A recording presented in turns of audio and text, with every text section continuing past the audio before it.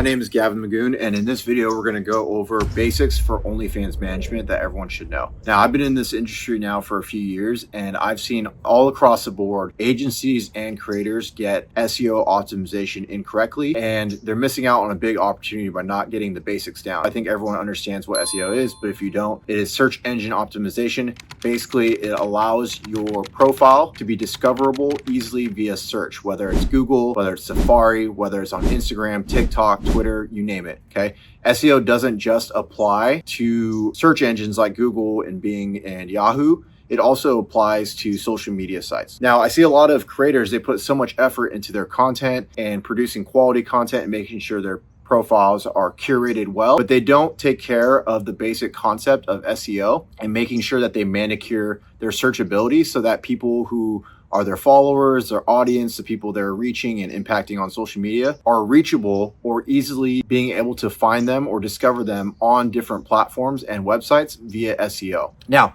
step one, everyone should do this right away. This is something easy for everyone to implement, is on social media profiles. One, all your social media profiles should have the same username. Now, it's not always possible to get the exact same username on every channel. Sometimes people have very common names or names that are a little bit competitive in terms of trying to get.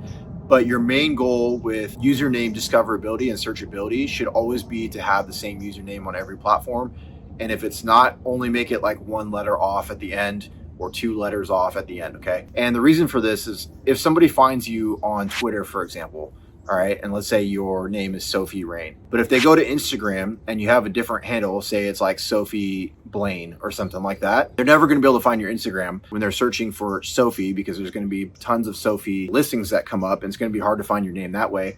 And if your name is Sophie Blaine on Instagram, they're not going to search for that because they've never discovered you on Instagram before. They've found you on Twitter where it was Sophie Rain. You want to make sure that your usernames are the same across all channels. That way, somebody who finds you on Twitter and is interested in following you on all channels can go to Snapchat, Instagram, Facebook, YouTube, wherever you might be at, search for your username and then follow you on all channels. This alone should be able to increase the amount of followers that you get on all channels and boost the amount of reach that you can for all of your profiles and not just one profile that you're posting content on. The second thing that everybody should do when it comes to their social media profiles and optimization for SEO is making sure that they have well-written names and descriptions in their bio. Okay, so for the name, you want to have your full name. If it's Sophie Rain, have Sophie Rain in there, and then even feel free to add some things on there like Sophie Rain dash Filipina Juicy Girl or whatever you want to be known for, right? So if somebody's searching for like Filipina Juicy Girl, there's a potential that your name is going to show up in the search results of Instagram or Twitter or whatever channel that you're promoting on. And you're also going to get traffic this way to your social media profile. So having a longer name with not only like your brand name in there, but like longer term keywords like Juicy Girl or Filipina Babe or Thick White Girl or whatever you want to be will help add to this discoverability of your profile via search and keyword search.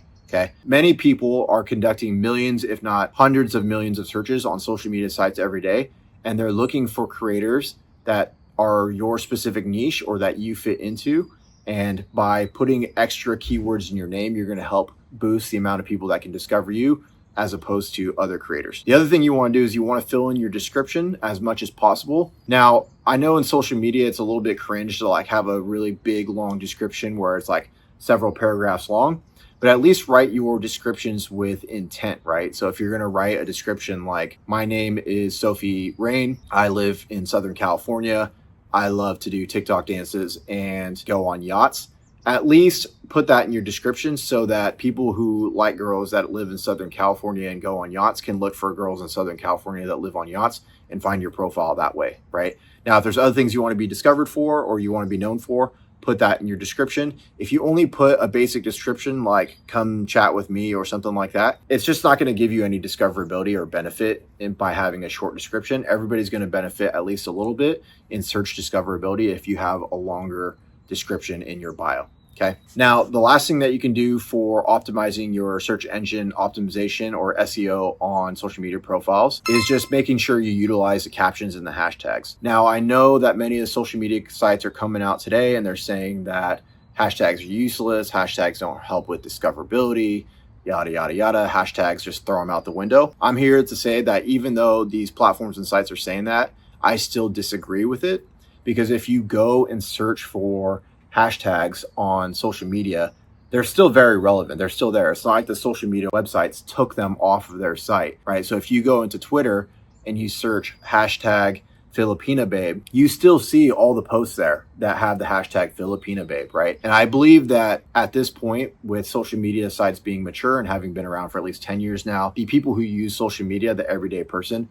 they're still looking for people via hashtags on social media sites. So if they're still looking for people via hashtags, you should still want to show up for hashtags and rank for these terms if you can. You don't necessarily need to put hashtags in the front of your post or the front of your caption, but if you want to add them all the way at the bottom, I still think it's a very good idea. Or if you want to use what they call alternative data or metadata in your photos, that's another good way to have your content show up for these searches. And then of course, if you can write long descriptive captions, that is also going to improve your searchability.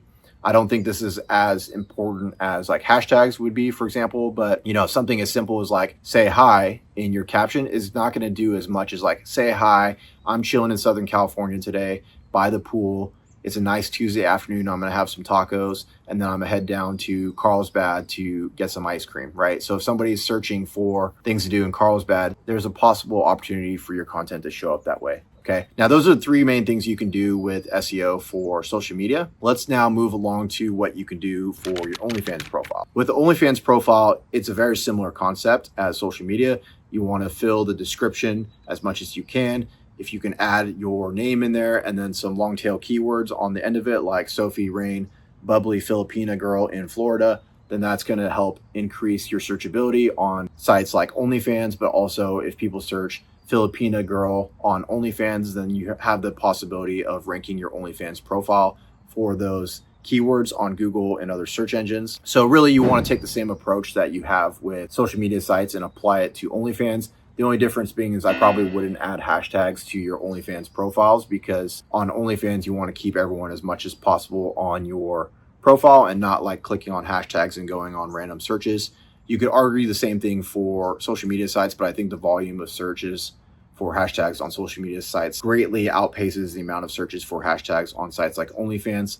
So that is the difference between the two and why I wouldn't do it on OnlyFans as compared to what I would do on social media site. Now, the third and final topic for SEO optimization, I don't see anybody in the space doing this currently, but this is something our agency does at a high level. We implement this with all of our creators as SEO for link in bio tools like Beacons or Get All My Links or Link Me's or whatever you're using. If the link in bio tool offers SEO optimization on it, you should use it. So your SEO meta titles should have your name in it and any long tail keywords that you want to rank for. Your SEO description should have your name in it and any longer descriptive terms that you want your creator or yourself to rank for, right? So again, going back to the Sophie Rain example, in the SEO meta title section, you would put Sophie Rain, Filipina girl in Southern California, or wherever you're located, right? Or any other terms that you want to rank for. And then in the description, you would repeat it, but change it up a little bit. Sophie Rain, Filipina girl, located in Southern California, been living here for 20 years, went to San Diego State University, and I love to go to the beach, specifically to get tacos and fish and chips or something like that, right? Just something long and descriptive that still sounds girly, still sounds like it's personality based, but also gives you an opportunity to rank for keywords on things that people might be searching for and that are going to bring intent-based searches to your link in bio. Because when people go on Google and search for OnlyFans creators, OnlyFans profiles aren't the only thing that show up. If you notice, you'll also see link in bio tools show up, especially the ones that have the SEO optimization set up, because these link in bio tools get a ton of traffic every single day, even more so than the OnlyFans profiles, because everybody's driving their social media traffic to it. So these link in bio tools, if they're set up and SEO optimized, automatically get good authority on Google based on the number of, website visits that they get or clicks that they get or whatever metric you want to look at. So ranking these link in bio tools is really easy, especially if you do the basics like setting up the metadata, the description, adding alt tags into your images, and doing the things like that, okay? And for our agency, we've noticed that all of our link in bio tools, because we've done this, get traffic from sites like Google or Yahoo or Bing or even AI now and day, because we've taken the steps necessary to make sure that our creators are able to rank for SEO keywords and our search engine optimization is on point and people have discoverability not only via content and algorithm pushing them out, but also for search engine optimization and discoverability on like things like Google Images, Yahoo Images, AI, and things of that nature. Okay, so those are the SEO basics I would encourage everyone to learn and understand and implement for their OnlyFans creators or for yourself if you're an OnlyFans creator that self-manages. If you have questions about how to do this, feel free to drop it in the comments below and check out some of our other links and resources on OnlyFans management and how to maximize your earnings on OnlyFans. I hope this video was helpful, and if there's any questions, then feel free to let me know. Thank you.